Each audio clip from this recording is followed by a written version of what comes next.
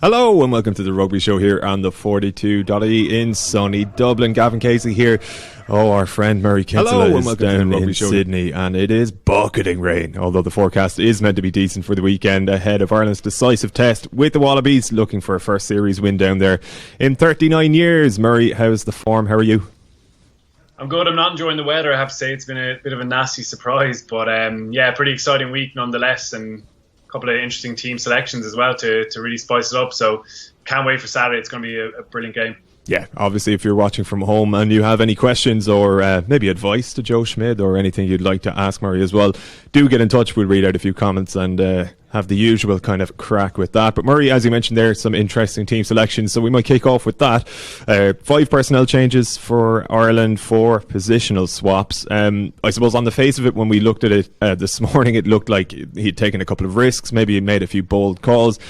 And he probably still has, but a lot of it now we've found out has been kind of dictated by injury. Maybe run us through some of the changes to begin with and give us your assessment. Yeah, well, I guess the injuries, first of all, it was the first question in the press conference with Joe, like who's injured, just trying to balance the idea of him taking a few risks with guys actually not being available. So Dan Levy, Ian Henderson, Gary Ringrose and Andrew Conway were all ruled out. 3 of those guys injured in last weekend's test, and Henderson also missed he's carrying that knee injury that made him miss the second test altogether. So a blow to lose those guys, and in particular Gary Ringrose, who I thought added a lot to their attack with his creativity. His passing game was really strong. He set up 3 line breaks for Ireland. His footwork is good again. Missed a couple of tackles, but generally I thought he added a lot. So those are blows, and it did simplify things for Joe Schmidt. The changes are, there's as you say, a couple of positional ones, but guys coming into the team in Jack McGrath. We've Sean Cronin coming in. Jack Conan gets a start at number 8. Really interesting to see how he goes in a kind of strange looking Irish back row. But Conan is a guy who probably hasn't quite grasped his last few chances with Ireland.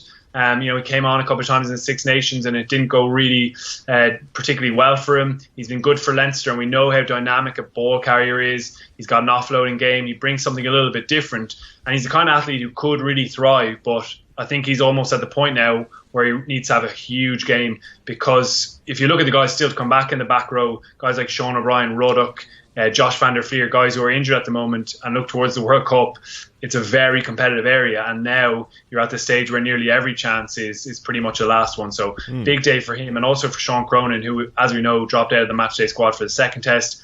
Ireland weren't happy with his scrummaging in the first, so a big chance for him to kind of bounce back.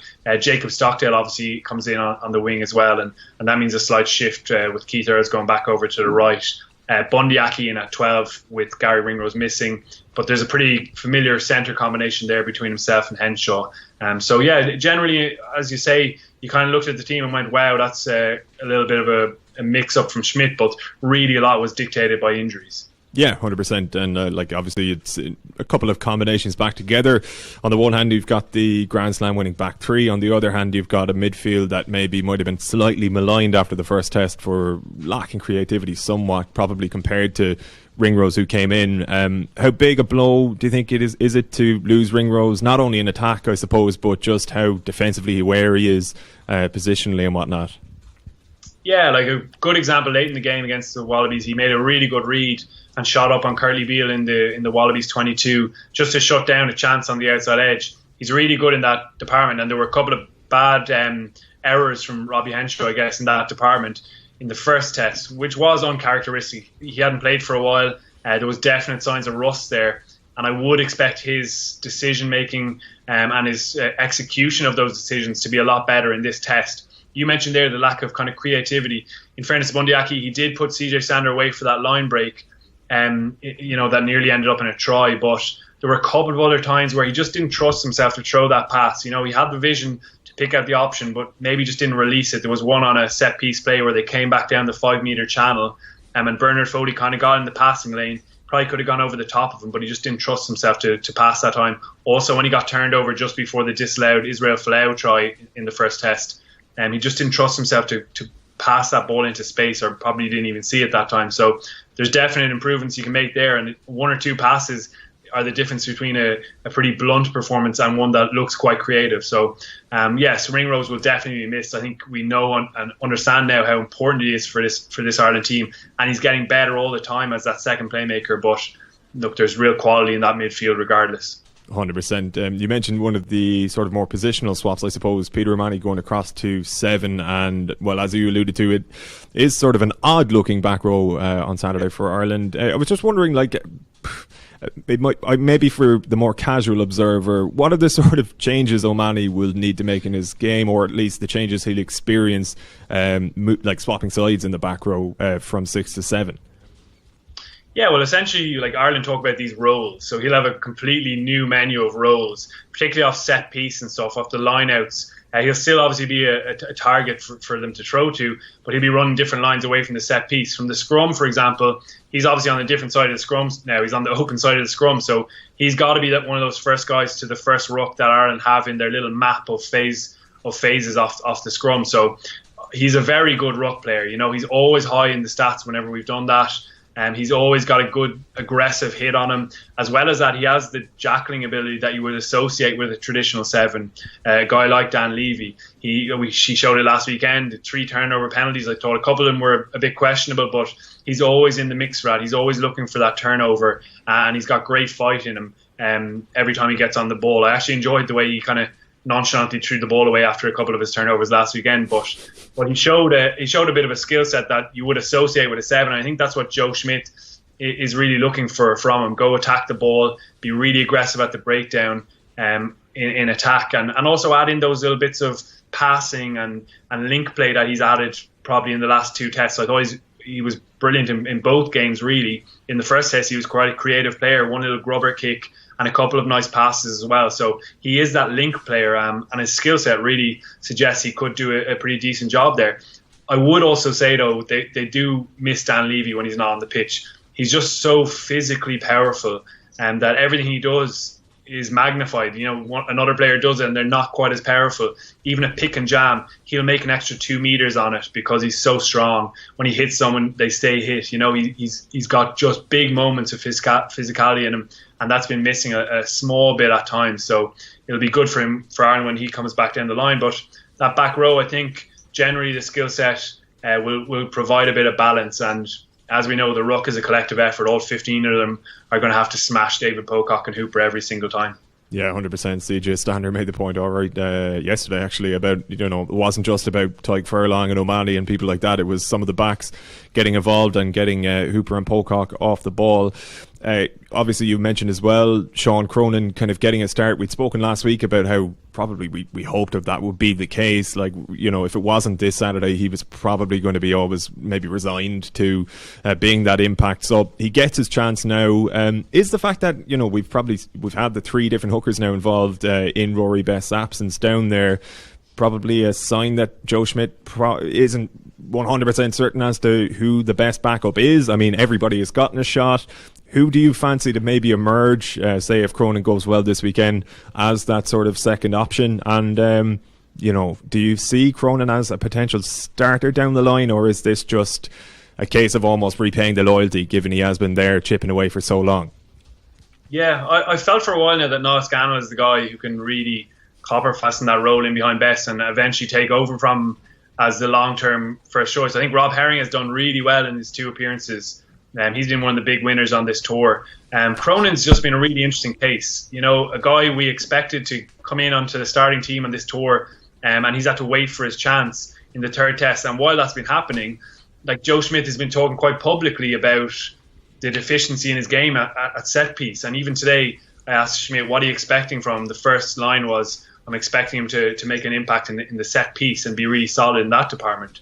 So it's a clear challenge laid down to a player in quite a public manner, and I would expect a really vicious response from Cronin. I can only imagine he's highly motivated and realises, well, I'm getting pushed to really show Schmidt what I can do with a lot of competition at hooker now. So I think he will respond in the right way. He's an excellent player. I think he's been good in Leinster's scrum, and his set piece stuff has been good there. So I'd expect a strong response from him. But yeah, for me, Niall Scannell is a guy who long term looks like the next hooker. Very good. There's a question here from a William Knight. He says, while Marmion is the more experienced player and knows the setup, do you think having a more expansive player on the bench, such as Cooney, would offer more late in the game? What do you make of that? Yeah, well, I was just chatting to this about someone earlier. About this earlier on. It's a very interesting position for Ireland because Carbery's now got a game at 10. Ross Byrne is set for his debut, so there's an extra little bit of depth there in the out-half stocks. But Murray started all 3 tests, and John Cooney got 2 minutes off the bench in the second test. Marmion got 3 in the first test, so it's not like they're racking up big experience, albeit they are getting a taste of the match days and these big occasions. But I think if you're still in this situation where if you're going to go into a World Cup and Conor Murray's to get injured, then Ireland are looking pretty, weak in that area. I don't think the 3 players who are in the contention, Marmion, Cooney and McGrath, are bad players by any means. They've all been good for their provinces, but they haven't really had the exposure to prove themselves in big starts at this level. Certainly not Cooney and McGrath, obviously not at all. So it is a bit of a concern for me. In terms of the question about how it changes the game, I think Marmion is well capable of lifting the tempo. I think for him it's always about that consistency of pass. That's something we all take for granted with Conor Murray. His pass is so consistent on top of all the physical and kicking and tactical strengths as well, that when he goes off the pitch and it's another scrum half there, it's just a small few inches on the inside shoulder of a guy who's trying to run onto the ball, or to Johnny Sexton, who demands the cleanest ball as well. So that's the main thing, really. It is a little bit disappointing that Cooney doesn't get another chance, or a longer chance, certainly, to impress. But he's definitely in the mix as well. And I think it'll just be really interesting to see where that pecking order goes now over the next year before the World Cup. And staying on the bench for a second, obviously we hope Ross Byrne does come on and make his debut and he's fully merits his position there. But given, and it's something Schmidt has mentioned as well, there are so few games remaining before the World Cup, so few tests. And we've seen Carbery get his sort of 65 minutes. He did a decent job, but I suppose when you consider that 5 Six Nations games, you're not necessarily going to tamper too much, and it's unlikely that Carbery will start, barring an injury to Sexton. Is it almost a... I wonder, I suppose, when the Ireland team returns from Australia, has Carbery got enough game time, given the opportunity, the window of opportunity that was there? I know, obviously in November you've got 4 games with Italy as well, and he'll probably start against the States and the likes, but this is probably one of the last opportunities to test him against really decent opposition. Do you think the Munster move and the fact that he will be probably starting 10 in the sort of cauldron of the Champions Cup has played into the decision there to only give him the sort of hour-ish from the starting slot? Yeah, well, I think getting 1 star from him is a pretty good return on this tour. The easy thing to do would just be start Johnny Sexton for all 3 games. We see how much of a difference it makes when he's on the pitch. Just last weekend, the first attacking set they got, he just takes immediate control. His body shape is constantly asking questions of a couple of defenders in the line. Even the try when Wallabies go down to 14 men, he gets Conor Murray in, he gets Conway in, he calls a play, having done his analysis and understood that the Wallabies aren't going to have a defender over in that left corner anymore. So he makes a huge difference. But I do think Carbery starting a test and leading the team for that full week will make a big difference for him, even going down to Munster. Just his mindset, his confidence, going down there to be that guy every single week, guiding the team and being the tactical leader. As you mentioned, in November, I'd be very surprised if he doesn't start 2 of those tests. I think in the Six Nations next year, I would imagine he'll start the Italy game as well, just to make sure he's keeping that experience, rising on that upward curve. So, yeah, I think they're doing a good job there. And I think there's a lot more to come from Joey Carbery. Definitely, he's got massive potential, and I think this experience would have been good for him. No doubt about it. We'll see how he goes over the next 12 or so months. There's a comment here from Free Dom on YouTube. He or she says, we need at least 60% possession to win the game. The Aussies scored 3 tries and they barely had the ball, which is slightly worrying. Referring there obviously to the second test. Do we need a little bit more of the ball? We obviously I would have thought we dominated possession last week anyway. What do you reckon? I think the question is what you're doing with your possession. Ireland last weekend had 8 line breaks to the Wallabies 1, but they didn't have the return on those line breaks, and that's been a theme. We did a bit of analysis during the week there. Some of the opportunities Ireland have created, the Tyke Furlong line break is a prime example. like that has to be turned into a try. It's great seeing your tight end prop going a big rumble, throwing the ball up and it getting batted down. But you've got to be really clinical in those circumstances. And I know Joe Schmidt, he's mentioned it a few times, that he's frustrated with how his team have finished in behind the line. The Wallabies, on the other hand, are very clinical. One of their tries, in fairness, was a rolling maul as well, so it wasn't particularly attacking brilliance, albeit a very good forwards try. But that is a big challenge for Ireland. They always tend to dominate possession, but I felt in the second test last weekend, they looked a lot more creative, a lot more willing to take a little bit of a risk. There were a couple of nice offloads, passages where Ringrose goes to Omani, he offloads to Henshaw. We mentioned Ringrose's passing ability, obviously Johnny Sexton as well, and Ireland only kicked the ball 10 times, so it was a ball in hand performance that certainly offers encouragement, but it is about finishing off those chances. You get in behind, you got to be ruthless, and it's about picking your chance as well. One of the examples we analysed was Henshaw carrying hard very close to the try line, and Pocock turns him over. You go back a phase before that, and there's a bit of a chance on the outside edge if Ireland are willing to pull one of those link passes in behind, which they're really good at doing further out the pitch. So it's about striking at the right time in those situations, and having really good, calm decision making, even in a position where a tight head prop is in behind the try line going, behind the defensive line going, I've never been here before, what do I do? So that's a big challenge for Ireland. And if they can start converting those, you're looking at a strong victory against a really good Wallabies team. Obviously, no team in the world is going to take every chance they create, but if you're going to challenge the All Blacks, well, then you got to be unbelievably good at turning those chances into tries. Yeah, 100%. Actually, before we let you go back to the piddling Sydney Rain, we might as well talk about the Wallabies. Again, not much by way of change in their matchday squad, but a couple of introductions and potential introductions there. Yeah, Luke Antui comes into the back row. Caleb Timu drops out. I thought he was very poor last weekend. A lot of errors, a couple of penalties. He really struggled, and they hauled him off at half time. He looked out of his depth, to be honest. So I think Tui improved him. He was excellent against the All Blacks last year when the Wallabies won. Brings a lot of physical presence. He's a very dynamic carrier. So I think that will actually improve them. Timu hasn't really got up to the pace, despite being really good in Super Rugby. And then Nick Phipps obviously comes in at scrum-half to replace the injured Will Genia. That's a real blow for the Wallabies. Will Genia is a very important leader, both tactically and in terms of his calm influence on the team. Phipps is a very good defender, covers really well in behind the defensive line, and his service does tend to be quite quick. He can be a little bit inconsistent with his passing and kicking skill, though. I think that'll be a bit of a dip compared to where Genia is. So I think that does weaken the Wallabies. And a couple of changes on the bench. Ned Hannigan, a good kind of line-out back row forward, and Joe Powell is as well in to cover scrum-half. So mostly a pretty settled team. And I think for the Wallabies, it's just getting up to that physical pitch they were at in the first test. Like, I think a good example of it was Curtly Beale, who was smashing guys in the first game, as well as being a brilliant playmaker. And in the second test, he just slipped off a few tackles. I don't know what was up. He looked slightly disinterested almost when he get into good positions to make a dominant hit.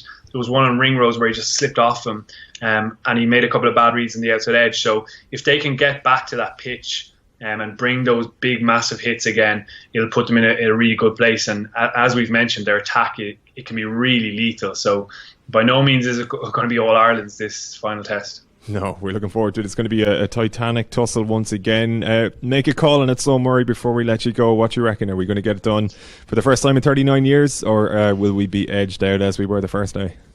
Yeah, I think Ireland are going to get over the line. I think there's enough strength, and as you say, you mentioned earlier on the combinations being quite proven. Back three, centres, half-backs, experienced front row, really good second row combination. And while there is a bit of uncertainty over that back row, all three players bring a lot of skill and a lot of physicality, as well as a bit of intelligence and handling skill. So I think there's more than enough there. My only slight concern would be someone like Johnny Sexton getting injured in the first couple of minutes, and then you've got a rookie out half. No slide on Ross Byrne. Obviously, he's not experienced at this level. He hasn't even been capped yet. So that is a slight concern. But Schmidt has wanted to get more than just wins out of this series. If he gets a win on top of the things he's trialled, it'll have been an unbelievably successful tour for Ireland. Yeah, that sounds good to me. Well, Murray, we'll let you get back to it, and we will chat to you after the decisive test on Saturday. Enjoy yourself in the meantime. Cheers, catch you soon. Nice one. And to you guys at home as well, that's all we've got time for. But we will be back after that third test on Saturday morning in Sydney. Well, I'll be back here. Murray will be back from Sydney. But until then, mind yourselves and enjoy the rest of the week. Cheers, Murray. Cheers.